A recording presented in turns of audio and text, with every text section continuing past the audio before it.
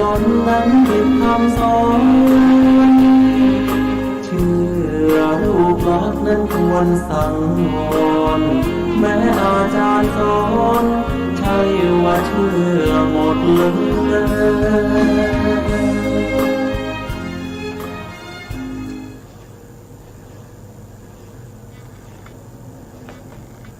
พุทธังสรณังคัจฉามิธัมมังสรณังคัจฉามิสังฆังสรณังคัจฉามิกราบนมัสการพระมหาเถระพระสังฆาธิการพระเถรานุเถระสวัสดีท่านผู้ฟังและผู้ชมทุกท่านที่ติดตามในรายการศึกษาพระสัทธรรมเพื่อการพ้นทุกข์ในเรื่องของสามัญญผลสูตรตอนที่35ในพระไตรปิฎกชุด91เล่มที่11อัตถกถาสามัญญผลสูตรว่าด้วยสามัญญผลที่ปราณีตกว่าปาณีตกว่าอะไรก็คือปาณีตกว่าสภาวธรรมที่เป็นสมาธิแล้วก็สภาวธรรมที่เป็นศีลสามัญญผลที่ปาณีตกว่านั้นก็คือได้แก่มรรคผลและนิพพานหรือเรียกว่าสามัญญผลทั้งสี่ซึ่งเป็นธรรมที่ปาณีตนะครับท่านบอกว่านะยอดของสังขารธรรมก็คือได้แก่มรรคและผลอรหันตมรรคกับอรหันตผลแต่ยอดของธรรมทั้งปวงก็คือได้แก่นิโรธคือพระนิพพานเป็นยอดของทั้งสังคตธรรมแล้วก็สังคตธรรมครั้งที่แล้วเนี่ยเราก็ได้พูดถึงในเรื่องของ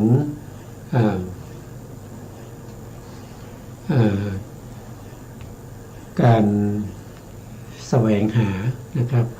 เช่นอาหารเรื่องของพระภิกษุเรื่องของการแสวงอาหารด้วยการบิณฑบาตเรื่องของการแสวงหาซึ่งปัจจัยอื่นให้เป็นไปตามที่พระพุทธองค์ได้บัญญัติไว้อย่าให้ได้ล่วงเกินพระธรรมวินัยที่พระพุทธองค์ได้บัญญัติไว้ครั้งที่แล้วเราก็พูดไปหลายเรื่องนะครับพูดไปหลายเรื่องเรื่องของการปฏิบัติในเรื่องของสัมปชัญญะทั้ง4เรื่องของกถาวัตถุทั้ง10เรื่องของสันโดษกถาวัตถุทั้ง10ก็คือมีมากน้อยสันโดษวิเวกไม่คุกคีปรารภความเพียรแล้วมีสมาธิที่บริบูรณ์มีปัญญา มีศีลมีปัญญานะครับมีศีลมีปัญญาแล้วก็มีวิมุตติญาณทัศนะอันนั้นก็เป็นกถาวัตถุ10วันนี้เราก็จะมาต่อนะครับซึ่งเป็นที่เรากำลังศึกษาอยู่เนี่ยส่วนก็เป็นอัตถกถานะอัตถกถานี่เป็นข้อความที่ท่านอัตถกถาอาจารย์เนี่ยเป็นผู้ที่มาแปลแล้วก็เรียบเรียงเป็นภาษาบาลีเพื่อป้องกันการเข้าใจผิดในพุทธพจน์บางคนอาจจะมาศึกษาพระไตรปิฎกแล้วก็เกิดความเข้าใจผิดได้เพราะว่าภาษาบาลีบางคำเนี่ยมีความหมายเป็น10อย่างนะครับเดี๋ยวไปถือเอาความหมายที่ไม่ถูกต้องก็จะเป็นโทษนะครับเพราะฉะนั้นก็เลยมีอัตถกถาจารย์นี้ท่านเป็นผู้ที่มาคอยชี้แนะถ้าเราดูอัตถกถาแล้วไม่เข้าใจก็ต้องไปดูในฎีกาในอนุฎีกาอย่างนี้นะครับเป็นลำดับไปนะครับวันนี้ก็อาจารย์กันดาท่านก็จะมาสาธยายต่อจากครั้งที่แล้วนะครับอาจารย์พร้อมหรือยังครับ นมัสการพระคุณเจ้าพระเถรานุเถระและสวัสดีท่านผู้ที่รับฟังและรับชมอยู่ทางบ้านนะคะ สุมังคละวิลาสนีอัฏฐกถาทีฆนิกายศีลขันธวรรคคำว่าภายหลังพัดปัจฉาพัดตังได้แก่ภายหลังอาหารคำว่ากลับจากบิณฑบาตบิณฑปาตะปฏิกันโตได้แก่กลับจากการแสวงหาบิณฑบาตคำว่าขัดสมาธิปันลังกังได้แก่นั่งขัดสมาธิคำว่าขัดอ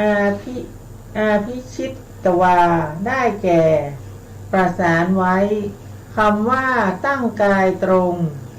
อุชังกายังปณิทายะได้แก่ตั้งกายท่อนบนให้ตรงให้ที่สุดต่อที่สุดกระดูกสันหลัง18ข้อประชิดกันด้วยว่าเมื่อนั่งอย่างนี้เนื้อหนังและเอ็นทั้งหลายไม่ตึงเมื่อเป็นเช่นนี้เวทนาที่จะพึงเกิดขึ้นในทุกๆขณะเพราะเนื้อหนังเอ็นตึงเป็นปัจจัยก็ไม่เกิดขึ้นแก่ภิกษุนั้นเมื่อเวทนาเหล่านั้นไม่เกิดขึ้นจิตย่อมมีอารมณ์เป็นหนึ่งกรรมฐานย่อมไม่ตกถอยย่อมเข้าถึงความเจริญงอกงามไพบูรณ์คำว่าดำรงสติไว้เฉพาะหน้าปริมุขขังสติงอุปัฏฐเปตวาความว่าเมื่อตั้งสติมุ่งตรงต่อกรรมฐานหรือตั้งกรรมฐานไว้ตรงหน้าเพราะเหตุนั้นนั่นแลในคัมภีร์วิพังค์ได้กล่าวไว้ว่าสตินี้ย่อมเป็นอันตั้งมั่นจดจ่ออยู่ตรงปลายจมูกหรือแถวหน้าเหตุนั้นท่านจึงกล่าวว่าดำรงสติไว้เฉพาะหน้าดังนี้อีกอย่างหนึ่งในข้อนี้พึงทราบเนื้อความโดยในที่กล่าวแล้วในปฏิสัมภิทาอย่างนี้ว่าคำว่าปริมีความหมายว่ากำหนดคำว่ามุขังมีความหมายว่านำออกคำว่าสติมีความหมายว่าเข้าไปตั้งมั่นเพราะเหตุนั้นท่านจึงกล่าวคำว่าปริมุขังสติงดำรงสติไว้ตรงหน้าดังนี้รวมความในคำนั้นว่ากำหนดสติมั่นไว้ไม่ให้เตลิดในคำว่าความเพ่งเล็งในโลกอภิชุชังโลเกนี้อุปทานขันธ์5ชื่อว่าโลกด้วยอัดว่าสลายเพราะฉะนั้นในคำนี้จึงมีอธิบายว่าละราคะคือข่มกามฉันทะในอุปทานขันธ์5ได้ข้อว่าปราศจากความเพ่งเล็งวิตาพิชเชนความว่ามีความเพ่งเล็งไปปราศแล้วเพราะละโดยวิคัมพนประหารเช่นกับจักษุวิญญาณเพราะว่าย่อมชำระจิตให้บริสุทธิ์จากความเพ่งเล็งความว่าเปลื้องจิตจากความเพ่งเล็งอธิบายว่าความเพ่งเล็งนั้นพ้นไปและครั้นพ้นไปแล้วไม่มาจับจิตได้อีกด้วยประการใดเธอย่อมทำด้วยประการนั้นแม้ในข้อว่าละความประทุษร้ายคือพยาบาทพยาปะทะโทสัมปหายะเป็นต้นก็มีในนี้แหละชื่อว่าพยาบาทหรือพยาปาทะด้วยอัดว่าจิตย่อมพยาบาทด้วยโทสะจริตนี้คือละปกติเดิมเหมือนขนมกุมมา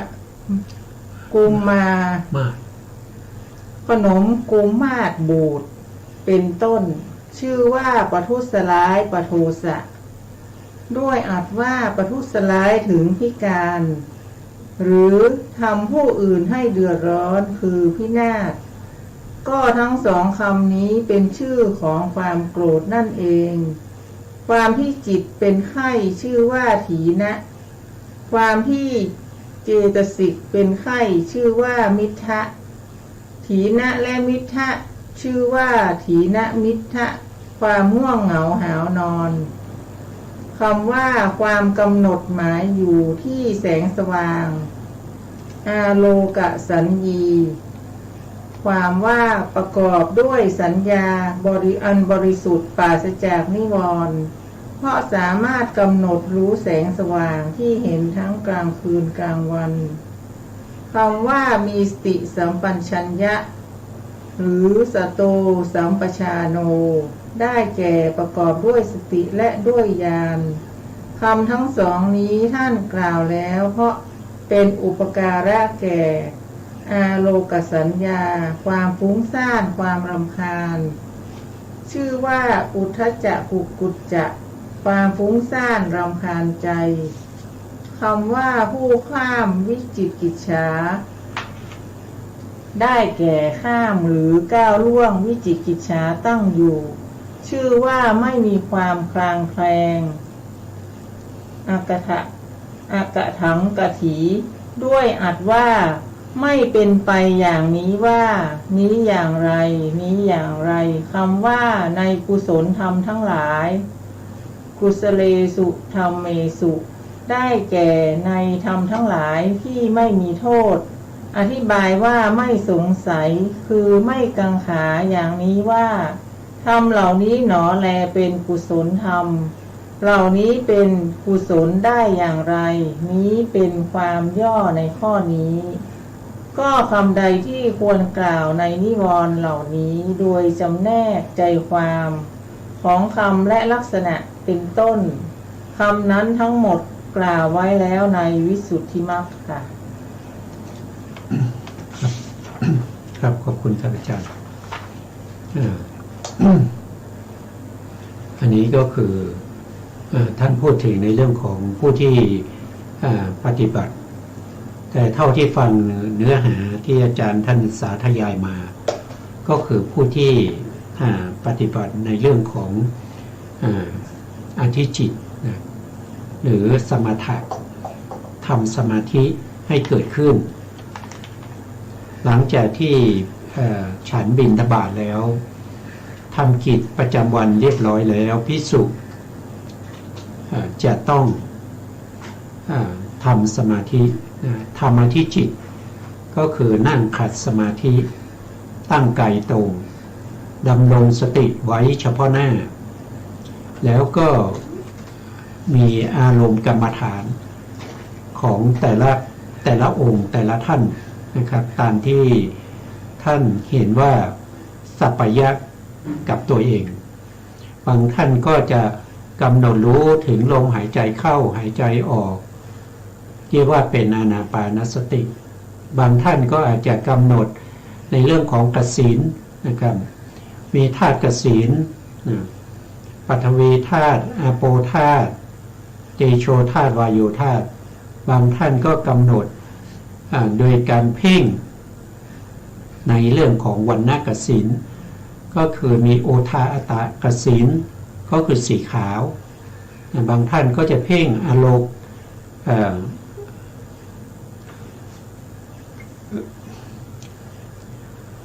เขาเรียกโอทตากสิณปีตากสิณโลหิตากสิณแล้วก็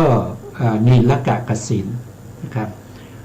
โอทตาก็สีขาวนะครับปีตาก็สีเหลืองนะครับโลหิตาก็สีแดงนะครับแล้วก็นีลกะก็คือสีเขียวเข้มนะครับทำเป็นวงกลมนะปัจจุบันนี้ก็เอากระดาษนะครับแล้วก็สีหรือว่าสติกเกอร์ก็ได้นะครับตัดเป็นกลมๆนะครับสติกเกอร์ที่มีปริมาณอย่างน้อยๆก็1คืบนะเส้นผ่าศูนย์กลาง1คืบกับ4นิ้วนะครับแล้วก็ตัดเป็นกลมๆแล้วก็ทำขอบนะทำขอบให้เข้มหน่อยนะเพื่อที่จะได้เห็นว่าสีนะครับสีที่เป็นกลมเป็นองค์กสิณนั้นเวลาเราเพ่งเราก็จะเพ่งได้ทั้งหมดนะ เพ่งไปองค์กสิณทั้งหมดไม่ให้เพ่งจุดใดจุดหนึ่งนะครับจนให้องค์กสิณติดที่ตอนแรกก็จะติดตานะครับก็จะติดตาเมื่อเราหลับตาเนี่ยก็จะเห็นติดที่ตานะครับก็หลับตาเพ่งจนในที่สุดเนี่ยเข้าไปติดที่ใจนะเข้าไปติดที่ใจก็แล้วก็หลับตาตอนแรกต้องลืมตานะครับลืมตาเพ่งดูองค์กสิณเขาเรียกว่าเป็นบริกรรมนะบริกรรมนิมิตนะครับเป็นคณิกะสมาธิเมื่อองค์กสิณไปติดที่ใจก็เรียกว่าเป็นอุคหานิมิตสมาธิก็ยังเป็นคณิกะสมาธิอยู่แต่ถ้าองค์กสิณนั้นใสขึ้นนะครับไม่เหมือนกับองค์กสิณที่เราใช้เพ่งมันจะใสผ่องใสนะครับอันนั้นก็จะเป็นปฏิภาคนิมิตเมื่อปฏิภาคนิมิตเกิดขึ้นนะก็ต้อง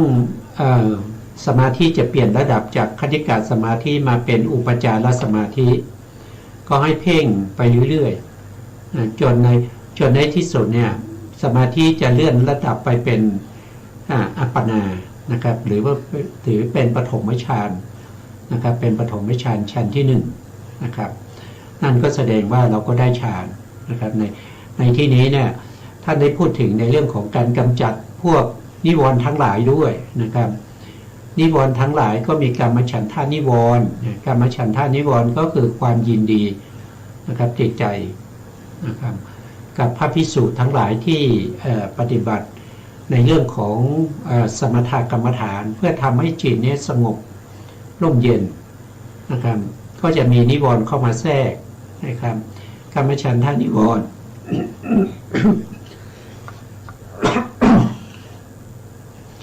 กามฉันทานิวรณ์ก็คือความยินดีติดใจนะครับนึกถึงสิ่งใดหรือว่ายินดีติดใจเมื่อเราได้อุคหานิมิตหรือปฏิภาคนิมิตก็จะทำให้สมาธินั้นเศร้าหมองนะครับไม่สามารถที่จะเจริญสมาธิให้เข้าถึงฌานได้ก็มีกามฉันทานิวรณ์ความยินดีติดใจไม่ว่าจะเป็นรูปรสกลิ่นเสียงนะครับสัมผัสที่นิ่มๆถูกต้องเย็นๆนะหรือว่าการนึกคิดถึงบุคคลนั้นบุคคลนี้แล้วก็ชอบใจนะครับ2ก็คือพยาปาทานิวรณ์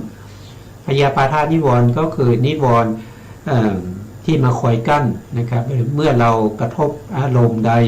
อารมณ์หนึ่งแล้วเกิดความไม่พอใจนะไม่ยินดีไม่ชอบใจ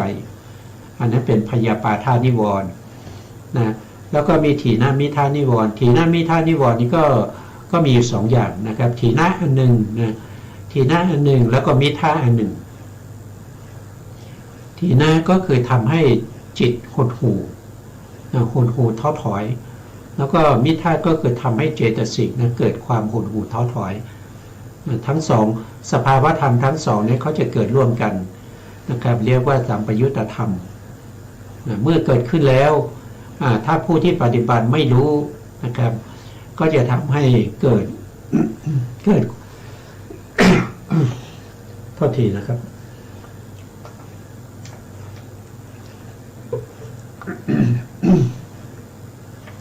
เกิดความเนี่ยท้อถอยจากอารมณ์แล้วก็เกิดความง่วงเหงาหานอนนะครับเขนามิทาแล้วก็อุทจักกุกุจักอุทจักกุกุจักก็คือความฟุ้งซ่านแล้วก็รำคาญใจแล้วก็มีวิจิกิจฉาก็คือลังเลสงสัยไม่ลงมือปฏิบัตินี่ก็เป็นนิวรณ์ทั้งหลายนะครับทั้ง5ตัวนี้ก็จะเป็นตัวที่คอยกั้นไม่ให้เราสามารถที่จะเจริญสมถะให้เข้าถึงอุปจารสมาธิได้ถ้าเข้าถึงอุปจารสมาธินิวรณ์นี้จะสงบนิวรณ์นี้ก็จะสงบนะครับอันนี้ก็เป็นเรื่องที่ท่านอัตถกถาจารย์นี้ท่านได้แสดงไว้ในอัตถกถาของสามัญญผลสูตรนะครับแล้วก็สงสัยนะท่านบอกว่าสงสัยในเรื่องของกุศลธรรมนะ กุศลธรรมนะครับว่าเป็นธรรมแบบไหนอย่างไรอะไรเป็นกุศลอะไรเป็นอกุศลและอันนี้เป็นกุศลได้อย่างไรนะครับก็สงสัยในสภาพของกุศลในที่นี้ท่านจะพูดเฉพาะในเรื่องของกุศลกุศลเป็นสภาวะธรรมที่ไม่มีโทษให้ผลเป็นความสุขแล้วก็เป็นความฉลาดนะครับของผู้ปฏิบัตินะครับที่เป็นกุศลก็จะเกิดความสงบร่มเย็นไม่เล่าร้อนนะครับไม่เล่าร้อนไม่กระวนกระวายอันนั้นเป็นอกุศลนะครับท่านได้แสดงว่าทั้งหมดเนี่ยก็ได้แสดงไว้แล้วในปฏิสัมภิธามรรคนะหรือว่าในวิสุทธิมรรคนะครับในวิสุทธิมรรคก็มีนะครับในวิสุทธิมรรคก็คือเป็นคัมภีร์ที่พระพุทธโฆษาจารย์ท่านได้เป็นผู้รจนาไว้นะครับเพราะฉะนั้นท่านก็ให้ไปดูในที่นั้นเพราะท่านได้แสดงไว้แล้วนะครับ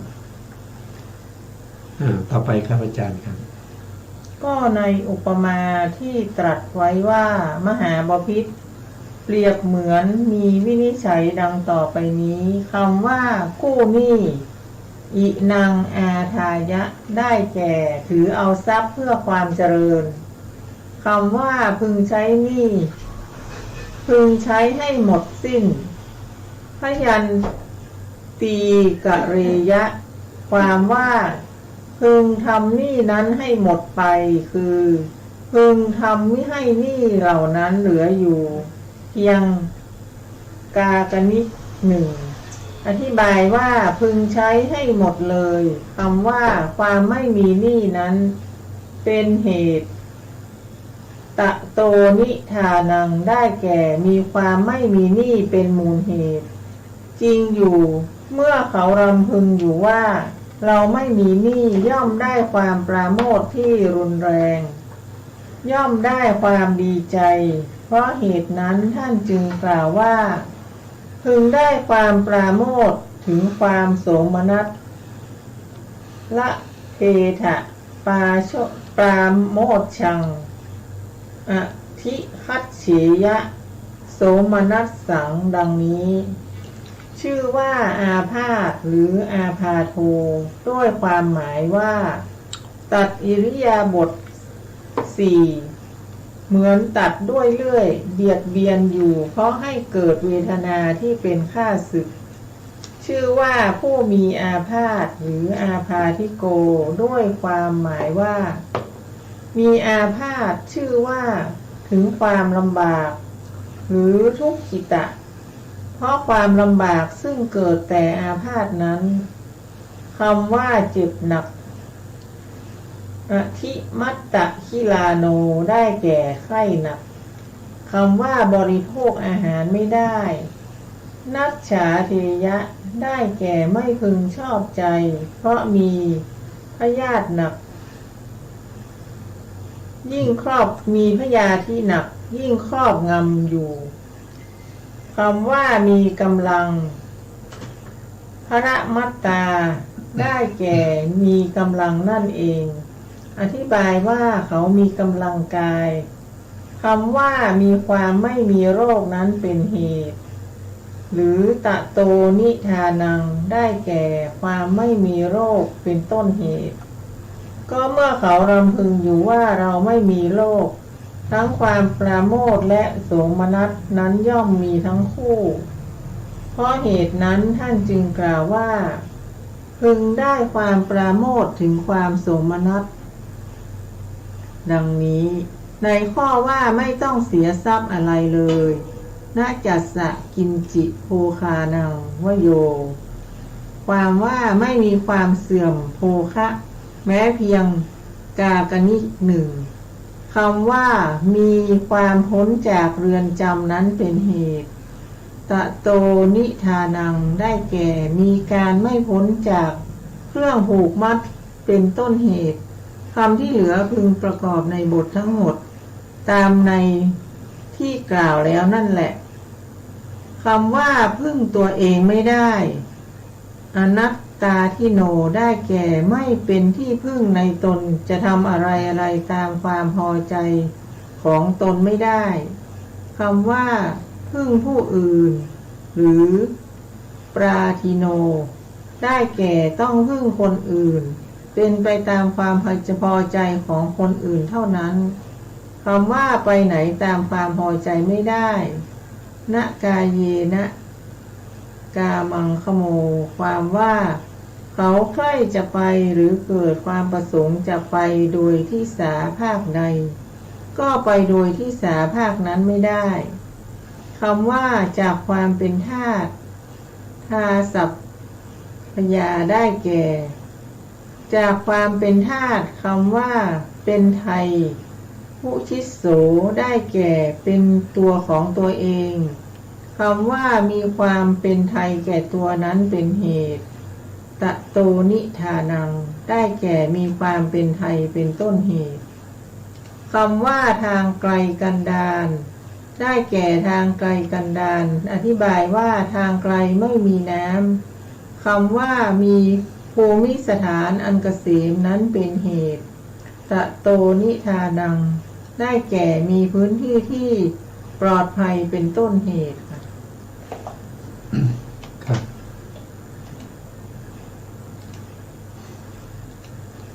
อันนี้นะครับก็ส่วนมากแล้วท่านพูดถึงเรื่องของสับบาลีนะครับท่านก็พูดถึงเรื่องของผู้ที่ปฏิบัตินะครับถ้าจะปฏิบัติก้าวหน้าถ้าจะปฏิบัติให้เจริญรุ่งหน้าในเรื่องของสมาธิทั้งหลายเนี่ยคือจะต้องมีศีลที่บริสุทธิ์นะศีลที่บริสุทธิ์คือเมื่อมีศีลที่บริสุทธิ์เวลาเราปฏิบัติเนี่ยมันก็จะไม่เดือดร้อนใจนะครับไม่ต้องเดือดร้อนใจว่าสิ่งนี้ที่เป็นกุศลเราก็ได้ทำแล้วนะครับสิ่งนี้เป็นอกุศลเราก็ได้เว้นแล้วเราไม่ได้ทำอกุศลเราไม่ได้ไปทะเลาะกับใครเราไม่ได้ไปว่าร้ายใครหรือว่าไม่มีใครที่มาว่าร้ายเรามาด่าเราอะไรพวกนี้จิตใจเราก็จะสบายนะครับเมื่อเรานั่งหูบัลลังก์ตั้งกายตรงดำรงสติไว้เฉพาะหน้าแล้วก็กำหนดลมหายใจเข้าและลมหายใจออกเป็นอานาปานสติเราก็ไม่เดือดร้อนใจนะครับจิตใจของเราก็จะสงบร่มเย็นมีปราโมทย์ไม่เดือดร้อนใจนะครับแล้วก็มีปราโมทย์เมื่อมีปราโมทย์ก็มีปิติปราโมทย์ก็คือปิติอ่อนๆนะครับปิติอ่อนๆแล้วก็ปิติมากปราโมทย์มากขึ้นก็เป็นปิติปิ่มใจเมื่อปิ่มใจก็จะมีความสุขนะเมื่อมีความสุขนั้นเป็นเหตุใกล้ให้เกิดสมาธินะเกิดสมาธิตั้งแต่คณิกะสมาธิขึ้นไปคณิกะสมาธิแล้วก็อัปปนาสมาธิเมื่อสมาธิเกิดขึ้นก็เป็นเหตุเป็นปัจจัยให้เกิดปัญญาให้เกิดปัญญาอันนี้เป็นทางเดินของคุณธรรมคุณธรรมที่สูงขึ้นคุณธรรมที่ปาณีตขึ้นนะครับจากเดิมเนี่ยคุณธรรมมีแค่ศีลมีแค่ศีลรักษาศีลให้ดีนะครับศีลของพระภิกษุนะครับก็มี227ข้อก็พยายามรักษาไว้ไม่ให้ขาดนะแต่ปัจจุบันนี้อาจจะไม่ถึงนะครับศีลที่เกี่ยวข้องกับเรื่องของภิกษุณีก็ตัดไปนะครับเพราะว่าภิกษุณีไม่มีนะครับแล้วก็เมื่อศีลบริสุทธิ์นะครับก็เป็นบาตรในการเจริญสมาธินะก็ไม่เดือดร้อนใจนะถ้าศีลไม่บริสุทธิ์ก็จะเดือดร้อนใจเมื่อสมาธิกำลังรวมตัวกันนะครับเรื่องของการพูดศีลต่างๆก็จะเข้ามานะก็จะจรเข้ามาในมโนทวารทำให้ผู้ปฏิบัตินี้ไม่สามารถที่จะระงับได้สมาธินั้นก็หมดความหมายไม่เจริญก้าวหน้านะครับหรือว่าละทิ้งกรรมฐานไปเลยแต่ถ้าผู้ที่มีศีลบริสุทธิ์เนี่ยมีอารมณ์อะไรที่จรเข้ามาอารมณ์นั้นก็ไม่ได้เดือดร้อนใจ นะบาปเราก็ไม่ได้ทำนะครับบุญเราก็ทำไว้แล้วบริบูรณ์เพราะฉะนั้นความรู้สึกของบุคคลที่กำลังเจริญสมถะนี้เขาก็จะเกิดความไม่เดือดร้อนใจนะไม่เดือดร้อนใจอย่างนี้นะครับเป็นต้นอย่างนี้นะแล้วก็ท่านก็พูดถึงอะไรหลายอย่างนะครับในเรื่องของเปรียบเทียบนะครับเปรียบเทียบนั้นว่าการที่เรามาปฏิบัติเนี่ยเราก็เป็นบุคคลที่เป็นอิสระไม่ได้เป็นทาสของใครนะไม่ได้เป็นทาสของใครแล้วเรามาทำเรามาทำสมาธินี้เราก็ไม่ได้ถูกใครบังคับมาเราสมัครใจมาทำเองแล้วหน้าที่การงานของเราก็ไม่มีอะไรมีหน้าที่อย่างเดียวในการที่จะเพ่งอารมณ์เพ่งอารมณ์ที่เป็นอารมณ์กรรมฐานทั้งหลายของแต่ละองค์ไปนะครับทำให้บริบูรณ์หน้าที่เรามีแค่นั้นนะครับเราไม่ต้องไปขนขวายในการที่จะไปหาทรัพย์ในการที่จะไปสร้างสิ่งนั้นสิ่งนี้นะครับไม่ต้องไปทำนวัตกรรมอะไรทั้งหลายเรามีหน้าที่อย่างเดียวในขณะนี้ก็คือการเพ่งอารมณ์ที่เป็นอารมณ์ของกรรมฐานนั้นให้เจริญยิ่งขึ้นไปให้สมาธิรวมตัวกันให้สงบระงับตั้งมั่นนะครับให้ปฏิภาคนิมิตให้เกิดขึ้นให้ได้นะครับให้เกิดขึ้นให้ได้อันนี้เป็นหน้าที่ของเราที่จะต้องทำนะพระพุทธองค์ก็ตรัสไว้แล้วนะหน้าที่ของพระภิกษุมี2 อย่างเท่านั้นเองนะครับในพระศาสนานี้1คือคันธทุระคันธทุระก็คือการศึกษาเล่าเรียนพระธรรมวินัยนะพุทธพจน์ต่างๆนะอัตถกถาฎีกาที่เกี่ยวข้องกับพระไตรปิฎกทั้งหลาย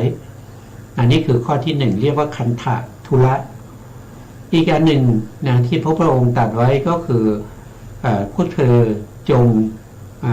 เจริญเขาเรียกว่าเป็นวิปัสสนาธุระนะพระภิกษุในพระพุทธศาสนามีกิจอยู่2 อย่างเท่านี้นะไม่มีอะไรมากกว่านี้นะถ้าใครไปทำกิจอย่างอื่นนั่นแสดงว่าไม่ได้ทำตามคำสอนของพระศาสดา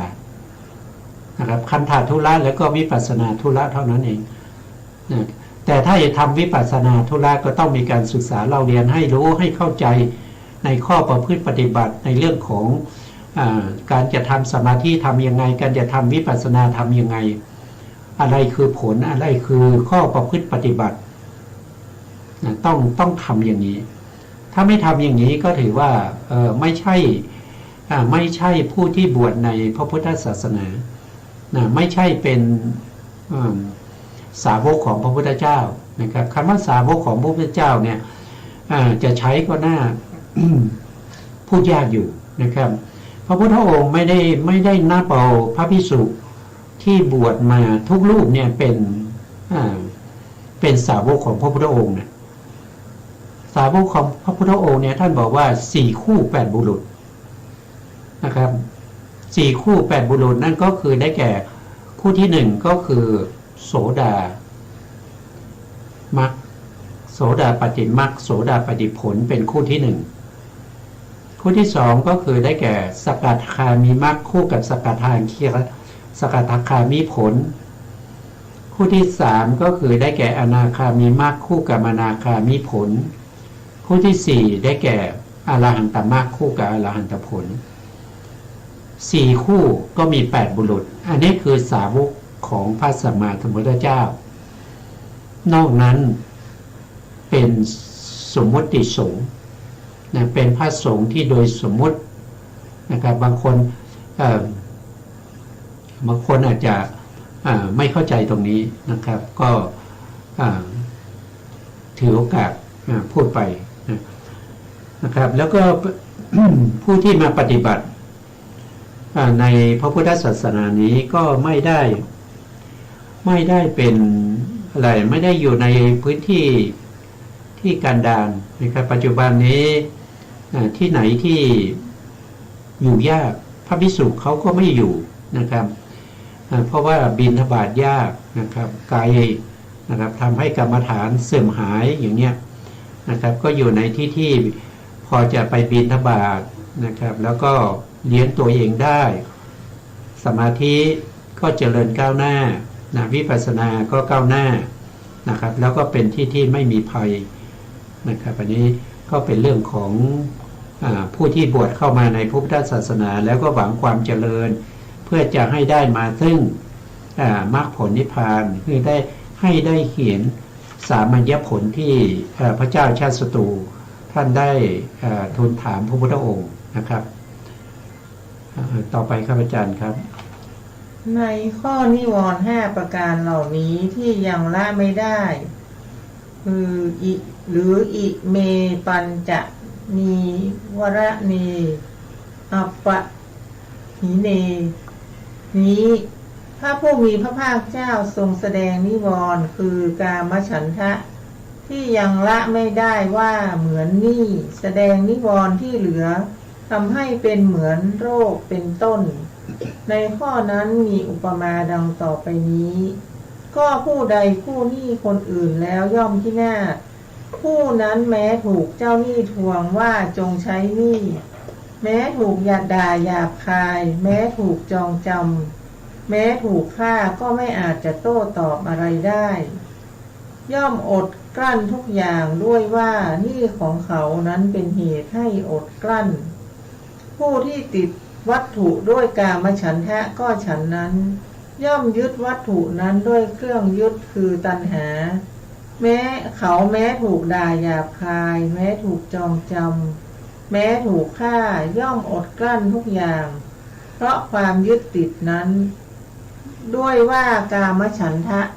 ของเขานั้นเป็นเหตุให้อดกลั้นเหมือนหญิงที่ชายที่ถูกสามีในบ้านรังแกฉะนั้นพึงเห็นกามฉันทะเหมือนนี่ด้วยประการฉนี้แล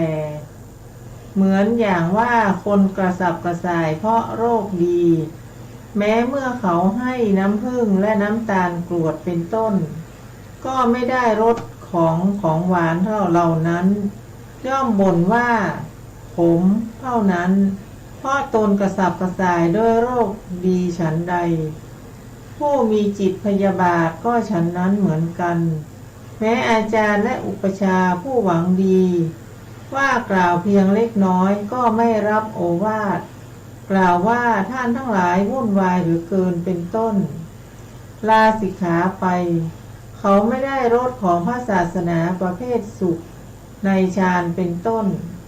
เพราะเป็นผู้กระสับกระส่ายด้วยความโกรธเหมือนบุรุษนั้นไม่ได้รสของหวานมีน้ำผึ้งและน้ำตาลกรวดเป็นต้นเพราะเป็นผู้กระสับกระส่ายเพราะโรคดีพึงเห็นความพยาบาทเหมือนโรคด้วยประการฉนี้แลเหมือนอย่างคนที่ถูกจองจำในเรือนจำในวันนักขัตฤกษ์ย่อมไม่เห็นเบื้องต้นท่ามกลางที่สุดของนักขัตฤกษ์เลยครั้นรุ่งขึ้นเขาพ้นเรือนจำแม้ได้ฟังคำเป็นต้นว่าโอเมื่อวานนักขัตฤกษ์น่าพอใจฟ้อนรำขับร้องน่าพอใจดังนี้ก็พูดโต้ตอบไม่ได้เพราะเหตุไรเพราะไม่ได้ดูนักขัตฤกษ์ฉันใดภิกษุถูกถีนมิทะครอบงำก็ฉันนั้นเมื่อการฟังธรรมแม้มีในวิจิตรกำลังดำเนินไปย่อมไม่รู้เบื้องต้นท่ามกลางที่สุดของธรรมนั้นเมื่อเลิกการฟังธรรมแล้วเมื่อผู้คนพากันสรรเสริญการฟังธรรมว่าการฟังธรรมดีมีเหตุผลมีอุปมาแม้เธอฟังอยู่ด้วยก็ไม่ให้คำตอบไม่ได้เพราะเหตุไรเพราะอำนาจถีนมิทะทำให้ฟังธรรมไม่รู้เรื่องพึงเห็นถีนมิทะเหมือนเรือนจำด้วยประการฉนี้ค่ะ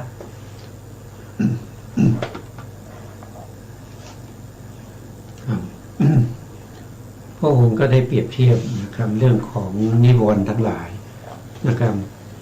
การมาฉันทะนิวรณ์นี้พระองค์เปรียบเทียบเหมือนกันหนี้นะครับเหมือนกันหนี้เรากู้หนี้ยืมสินของคนอื่นมาเนี่ย เราก็ต้องชดใช้ใช่ไหมครับ เราก็ต้องชดใช้ แล้วทุกวันนี้เนี่ยเราก็มีรายได้น้อยนะครับ กู้มาสมมติอุปมาเหมือนว่าเรากู้มา 1,000 อย่างเงี้ยแล้วเราก็ไปชดใช้เขาวันละบาท2 บาทเนี่ยเมื่อไหร่มันจะหมดนะครับมันไม่มีโอกาสหมดนะครับแล้วถ้าเราเป็นหนี้เขาเนี่ยเขาจะทำยังไงกับเราก็ได้นะครับเพราะเราเป็นหนี้เราไม่สามารถที่จะผ่อนผันเขาได้นะเขาบอกให้เราพวกนี้ต้องเอาทั้งหนี้ทั้งต้นมาคืนนะครับถ้าเราไม่คืนเนี่ยเขาก็จะทำร้ายเราได้อย่างเนี้ยนะเพราะฉะนั้นผู้ที่เป็นหนี้ก็ไม่ปลอดภัยนะครับแล้วก็จิตใจก็กระวนกระวายไม่มีความสุขก็เหมือนกับผู้ปฏิบัตินั่นแหละนะผู้ปฏิบัติเมื่อกามฉันทะเกิดขึ้นแล้วการที่เราจะเพ่งอารมณ์ให้อยู่ในกรรมฐานนั้นเป็นเรื่องยากนะครับเป็นเรื่องยากเราก็ต้องกำจัดกามฉันทะไปก่อนนะครับเหมือนกับเราต้องใช้หนี้เขาก่อนนะครับแล้วเราถึงจะได้เป็นไทยนะอันที่สองพระพุทธองค์ก็ตัดเรื่องของนิวรณ์นิวรณ์ก็เหมือนกับเรือนจำท่านว่านะครับเรือนจำก็ไม่มีใครที่จะปรารถนาที่จะอยู่ในเรือนจำนะครับมีแต่คนที่ไขว่คว้าที่จะหาช่องทางในการให้พ้นไปจากเรือนจำนั้นนะไม่มีใครอยากจะอยู่เพราะเรือนจำนั้นได้รับแต่ความทุกข์ทรมานไม่มีอิสระนะครับเขาตรงนี้ท่านก็เปรียบเทียบว่าคนอยู่ข้างนอกเนี่ยเขามีงานนะครับมีมโหรสพเช่นมีงานฤดูหนาวประจำปีอย่างเนี้ยนะครับหรือว่ามีงานอะไรที่มีคนมากๆนะครับเขาไปเที่ยวกันนะครับเขาไปเที่ยวกันคนอยู่ในเรือนจำก็ไม่มีอิสระไม่รู้เรื่องนะครับไม่สามารถที่จะออกมาร่วมงานได้เวลาออกมาแล้วเนี่ยเขาถามเราก็ตอบไม่ได้เพราะเราไม่ได้ดูไม่ได้เห็นนะครับอันนั้นก็เปรียบเสมือนกับนิวรณ์นิวรณ์เปรียบเสมือนกับเรือนจำคนที่อยู่ในเรือนจำนะครับแล้วก็ทีนามิทะทีนามิทะคือความง่วงเหงาง่วงเหงาแล้วก็ทำให้เกียจคร้านนะครับผู้ที่ปฏิบัติเนี่ยถ้าเรามีวิริยะน้อยนะคือความเพียรเราน้อยนะความเพียรในการเอาใจใส่ในการกำหนดในเรื่องของกรรมฐานอยู่เนี่ยมันน้อยเกินไปเนี่ยมันก็จะทำให้เกิดความง่วงเหงาขึ้นมาได้นะเมื่อความง่วงเหงาเกิดขึ้นมาเนี่ยผู้ที่ไม่รู้ก็จะหลับนะก็จะหลับแต่ถ้าผู้รู้เนี่ยเขาก็จะต้องมีการปราบอินทรีย์ใช่ไหมครับ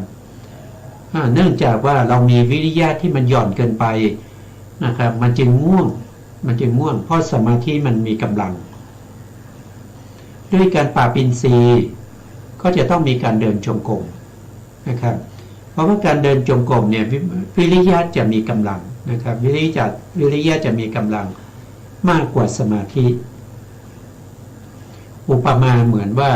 นะครับเดินจงกรมเนี้ยถ้าเทียบเป็นเปอร์เซ็นต์ 100% เนี่ยการเดินจงกรมเนี่ยจะได้วิริยะถึง 70%ได้สมาธิอยู่ที่ 30% แต่ถ้าเรานั่งเวลาเรานั่งสมาธิเนี่ย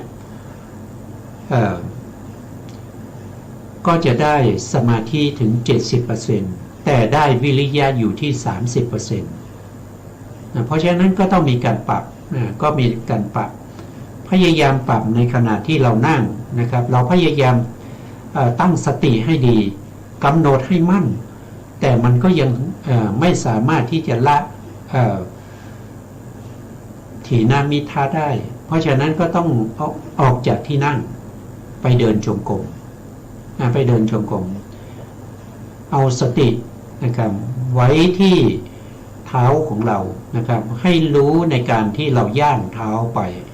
นะครับก้าวเท้าไปนะครับให้มีสติกำหนดรู้ถึง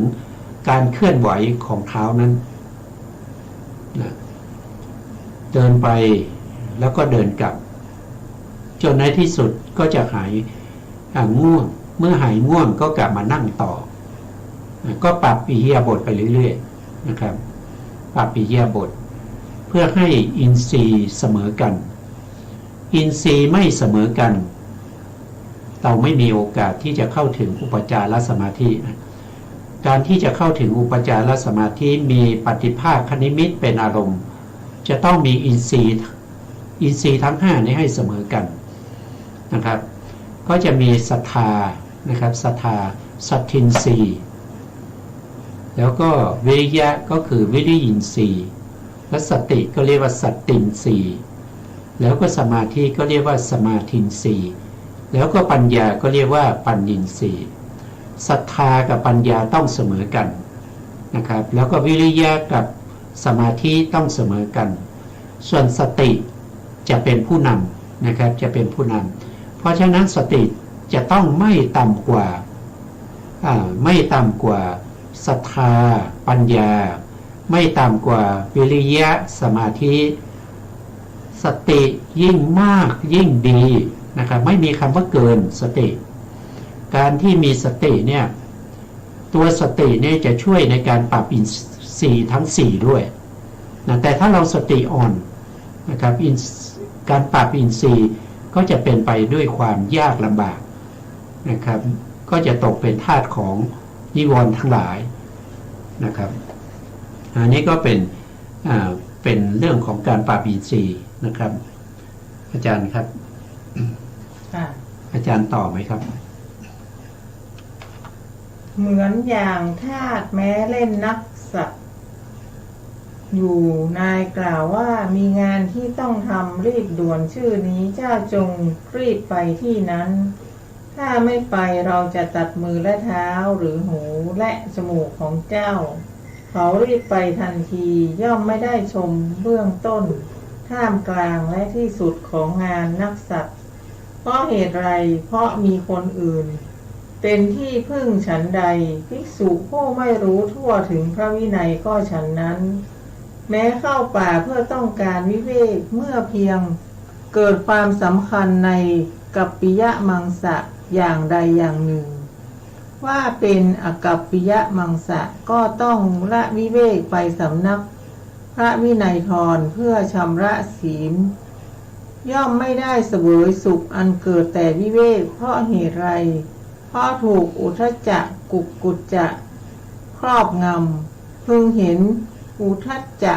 กุจจะเหมือนความเป็นทาสด้วยประการชนี้แลเหมือนอย่างบุรุษเดินทางไกลที่กันดารได้เห็นสถานที่มนุษย์ทั้งหลายถูกพวกโจรปล้นและถูกฆ่าพอได้ยินเสียงท่อนไม้ก็ดีเสียงนกก็ดีย่อมระแวงสงสัยว่าพวกโจรมาแล้วเดินไปบ้างหยุดเสียบ้างกลับเสียบ้างคนที่ไม่ไปมากกว่าคนที่เดินต่อไปเขาย่อมถึงที่ปลอดภัยโดยยากโดยฝืดเคืองหรือไม่ถึงเลยฉันใดคนที่เกิดวิจิกิจฉาในฐานะ8ก็ฉันนั้นสงสัยโดยในเป็นต้นว่าพระพุทธเจ้ามีหรือไม่มีหนอลังเลแล้วไม่อาจยึดถือด้วยศรัทธาเมื่อไม่อาจย่อมไม่บรรลุมรรคหรือผลได้เหมือนในทางไกลที่กันดารย่อมมีความหวาดระแวงบ่อยๆว่ามีพวกโจรมีไม่มีทำให้ไม่มั่นใจมีความหวาดกลัวเกิดขึ้นย่อมทำอันตรายแก่การถึงที่ปลอดภัยฉันใดแม้วิจิกิจฉาก็ฉันนั้นทำให้จิตเกิดความหวาดระแวงบ่อยๆเพราะพระพุทธเจ้ามีหรือไม่มีหนอดังนี้เป็นต้นไม่มั่นใจหวาดกลัวย่อมทำอันตรายแก่การเข้าถึงอริยภูมิพึงเห็นวิจิกิจฉาเหมือนทางไกลที่กันดารด้วยประการชนี้แลค่ะครับ อันนี้ก็เป็นเรื่องของวิจิกิจฉาท่านเป็นนิวรณ์ในข้อที่5นะครับในข้อที่5ก็คือวิจิกิจฉานะครับวิจิกิจฉานี่คือความลังเลสงสัยใน8ประการท่านบอกนะครับท่านบอกว่า8ประการในฐานะ8ในฐานะ8ฐานะ8ก็คือได้แก่สงสัยในเรื่องของพระพุทธเจ้าว่าพระพุทธเจ้าในตรัสรู้จริงหรือพระพุทธเจ้ามีจริงหรือเปล่าพระพุทธเจ้ามีสัพพัญญุตญาณเนี่ยเป็นยังไงนะครับอันนี้คือสงสัยในพระพุทธอันที่สองก็คือสงสัยในพระธรรมสงสัยในพระธรรมก็คือพระธรรมหมวดนี้นะครับที่ท่านแสดงไว้เนี่ยมันถูกต้องหรือเปล่านะครับตั้ง 2,500 กว่าปีแล้ว 2,600 กว่าปีแล้วนะครับยังเป็นอย่างนั้นอยู่หรือนะครับเขาทำเป็นพระไตรปิฎกเนี่ยถูกต้องหรือเปล่านะครับสมัยก่อนไม่มีการบันทึกจำมาผิดไหมนะครับที่พระพุทธองค์ตรัสไว้ว่ากิจของพระภิกษุในพระพุทธศาสนามี2อย่างนี้คือคันธทุละและก็วิปัสสนาทุละเนี่ยเป็นอย่างนี้จริงหรือนะครับวิปัสสนาที่พระพุทธองค์แสดงไว้เนี่ยในสติปัฏฐาน4ถูกต้องหรือเปล่าปฏิบัติได้จริงไหมเนี่ยก็สงสัยในพระธรรมแล้วก็สงสัยในพระสงฆ์ว่าพระสงฆ์ที่เขาบอกว่าเป็นพระอริยบุคคลนะครับอย่างพระสารีบุตรพระโมคคัลลานะหรืออสิติมหาสาวก80นะหรือพระอริยบุคคลนะครับตั้งแต่สมัยพุทธกาลมาจนถึงปัจจุบันนี้มีจริงหรือเปล่าปัจจุบันมีพระอรหันต์ไหมเนี่ยก็สงสัยอันนี้ก็เป็นฐานะที่3 ฐานะที่4ก็คือสงสัยในเรื่องของสิกขานะครับสิกขา3นะครับที่พระพุทธองค์ได้ตรัสไว้ก็คือเรื่องของศีลสิกขาสมาธิสิกขาแล้วก็ปัญญาสิกขานะครับแต่ละข้อเป็นอย่างนี้ศีล5นะครับมีการเว้นจากการฆ่าสัตว์นะครับถ้าเว้นจากการฆ่าสัตว์ถ้าเป็นศีลผมก็ไม่ต้องกินอะไรสิผมทุกวันนี้ผมได้กินผมว่าเพราะว่าผมฆ่าสัตว์ทุกวันนะครับถ้าไม่ฆ่าสัตว์ผมจะเอาอาหารที่ไหนมากินนะภรรยาผมจะเอาเงินที่ไหนมานะครับต้องเอาเนื้อสัตว์ไปขายเนี่ย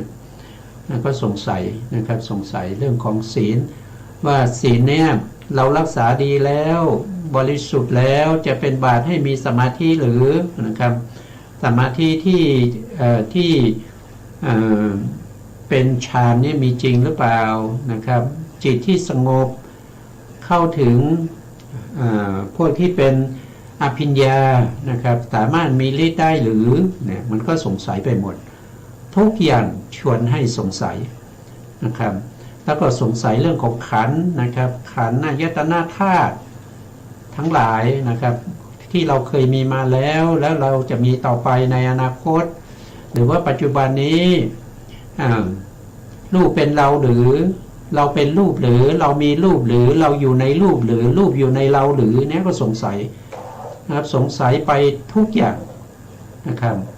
หรือว่าภพหน้ามีไหมภพนี้มีไหมก็สงสัยนะครับสงสัยปัจจุบันนี้ภพปัจจุบันนี้เราอยู่ในฐานะไหนนะครับเราเป็นอย่างไรนะครับรูปร่างของเรานี้เป็นสภาวะธรรมที่ประกอบด้วยจิตและก็รูปเป็นสภาวะที่ละเอียดหรือหยาบยังไงก็สงสัยนะครับสงสัยมีทั้งหมดอยู่8ฐานะด้วยกันนะครับเพราะฉะนั้นบุคคลที่สงสัยเนี่ยจะเป็นบุคคลที่ไม่สามารถที่จะลงมือปฏิบัติได้เพราะไม่มีศรัทธานะครับเพราะฉะนั้นก็ต้องมีศรัทธาศรัทธาเกิดได้อย่างไรศรัทธาก็เกิดได้จากการได้ยินได้ฟังนะครับถ้าเราไม่มีการได้ยินได้ฟังเราไม่ศึกษาเล่าเรียนเราจะเกิดศรัทธาได้ยังไงนะศรัทธาในที่นี้หมายถึงศรัทธาที่เป็นไปกับกุศลธรรมนะไม่ใช่ศรัทธาที่เขาเรียกกันว่าเป็นศรัทธาที่เป็นไปกับอกุศลนะครับไปศรัทธาอะไรก็ไม่รู้นะครับ เช่นให้เขาเอาเท้าเนี่ยมาลูบหน้านะครับเอาเท้าเนี่ยมาลูบหัวอย่างนี้ไม่เรียกว่าศรัทธานะครับ อย่างนี้เรียกว่างมงายนะงมงายนะครับไม่ใช่ศรัทธานะครับเพราะฉะนั้นต้องแยกคำว่าศรัทธากับความงมงายทั้งหลายเนี่ยออกจากกันนะครับเพราะว่าภาษาไทยเนี่ยมันศัพท์เนี่ยเอาศัพท์เขามาใช้นะเอาศัพท์บาลีมาใช้แต่ไม่รู้ความหมายเอาไปใช้เลี่ยราดนะครับเพราะฉะนั้นก็ทำให้ภาษาเสียนะครับเสียนี่ไม่ได้เสียถึงบาลีนะเสียคนใช้น่าเสียนะครับคือใช้ไม่ถูกความหมายนะครับความหมายไม่ถูกนะครับเพราะฉะนั้นศรัทธานี่เกิดจากการได้ยินได้ฟัง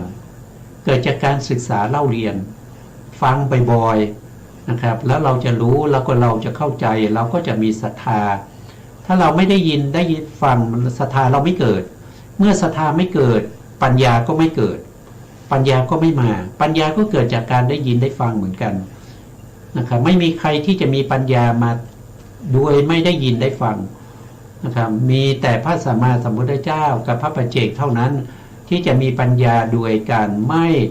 ได้ยินได้ฟังนอกนั้นจะต้องได้ยินได้ฟังทุกคนถึงจะมีศรัทธาบางคนได้ยินได้ฟังยังไม่เกิดเลยศรัทธานะครับอันนี้ก็แต่พวกนิวรณ์เนี่ยถ้าเราจะกำจัดเนี่ยก็จะเขาจะมีปฏิปักษ์นะอย่างเช่นถีนมิทานิวรณ์เนี่ยกำจัดได้ด้วยวิตกวิตกธรรมชาติที่ยกจิตขึ้นสู่อารมณ์เป็นตัวปฏิปักษ์ต่อถีนมิทะวิจารเป็นปฏิปักษ์ต่อวิจิกิจฉานะครับวิจารประคองไว้หรือว่าเขาขึงอารมณ์จะเป็นตัวที่เป็นปฏิปักษ์ต่อวิจิกิจฉาปิติก็เป็นปฏิปักษ์ต่อพยาปาทะสุขก็เป็นปฏิปักษ์ต่ออุทธัจจะและกุกุจจะเอกคตาเป็นปฏิปักษ์ต่อกรรมฉันทะนะครับวันนี้เวลาเราหมดแล้วครับอาจารย์ครับครับเราจำเป็นที่ต้องอำลาท่านผู้ฟังนะครับเพราะว่าเวลาเราหมดนะ